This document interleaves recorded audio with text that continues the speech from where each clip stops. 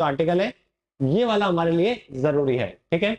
International day of democracy हर साल जो है इसको 15 तारीख को मनाया जाता है, ठीक है, 15 सितंबर, इंपॉर्टेंट है, ताकि पूरी दुनिया में हम लोग क्या कर सके, डेमोक्रेसी को प्रमोट कर सके। मैं पहले भी आपको बता चुका हूं, डेमोक्रेसी और डिक्टेटरशिप इन दोनों के अंदर मोस्ट इंपॉर्टेंट जो एक फैक्टर है जो कि दोनों को डिफरेंशिएट करता है ना, वो है डिग्निटी।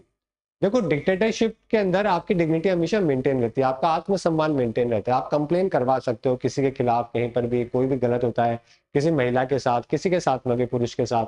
लेकिन डिक्टेटरशिप के अंदर उसका न्याय होगा या कंप्लेन करवाने लायक भी आप बनोगे या करवा सकते हो, ऐसा बिल्कुल भी नहीं है। अगर डिक्टेटरशिप के अंदर जो भी उसके डिक्टेटर के फॉलोअर्स है उनके खिलाफ आप कुछ भी नहीं कर सकते हो कभी भी, है ना। तो मोस्ट इंपॉर्टेंट पार्ट है कि डेमोक्रेसी में हमेशा डिग्निटी मेंटेन रहती है और डिक्टेटरशिप के अंदर डिग्निटी का कुछ अता पता नहीं होता, होगी तो होगी, नहीं होगी तो नहीं होगी, ओके। तो इसीलिए पूरी दुनिया में डेमोक्रेसी जो है वो प्रेफर करी जाती है। हमने भी इसीलिए हमारे कंट्री को डेमोक्रेटिक बनाया। यूनाइटेड नेशन जनरल असेंबली ने 2007 के अंदर जो है वो इसको स्पेशल डे के तौर पर रिकॉग्नाइज किया था। थीम इस बार जो रखी गई है, artificial intelligence as a tool for good governance, ये इस बार की थीम रखी गई है। AI as a tool for good governance, अच्छा गवर्नेंस करो आप, उसके लिए एआई को भी यूज करो, ये इस बार की थीम रखी गई। अगर आपसे पूछा जाए कि पूरी दुनिया में फुल्ली डेमोक्रेसी के अंदर कितनी परसेंट पॉपुलेशन रह रही है, तो सिर्फ 8% है, ठीक है। तो दुनिया के अंदर कभी डेमोक्रेसी ऊपर हो जाती है, कभी डिक्टेटरशिप ऊपर हो जाती है, कभी फ्लॉट डेमोक्रेसी होती है, बीच में भी कई सारे कंट्रीज है ना। तो फुल्ली डेमोक्रेसी जहाँ पे कंप्लीट डेमोक्रेसी है, दुनिया की 8% ही पॉपुलेशन रहती है। फुली डेमोक्रेसी वाले जो कंट्रीज है वो आपको majorly European countries, Canada, Australia, New Zealand, है ना, ये सब, ये कुछ ही कंट्रीज है, मॉरिशस, यहीं पर ही आपको देखने को मिलेगी।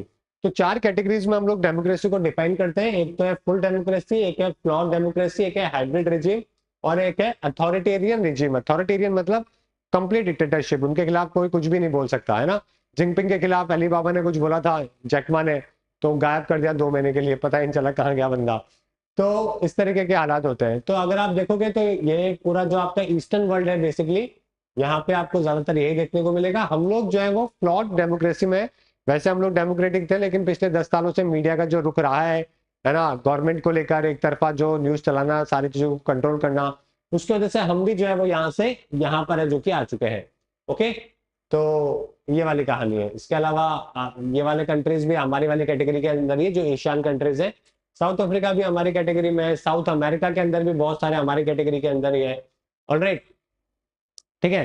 तो डेमोक्रेसी इंडेक्स की अगर मैं बात करूं 2023, तो ये पूरे वर्ल्ड का मैप है। यहाँ पे आपको देखने को मिलेगा कहाँ पर कितनी कितनी डेमोक्रेसी कैसे कैसी है। तो ये रेड में जितना ज्यादा है उतना ही ज्यादा डेंजरस आप इसको कंसिडर कर सकते हैं।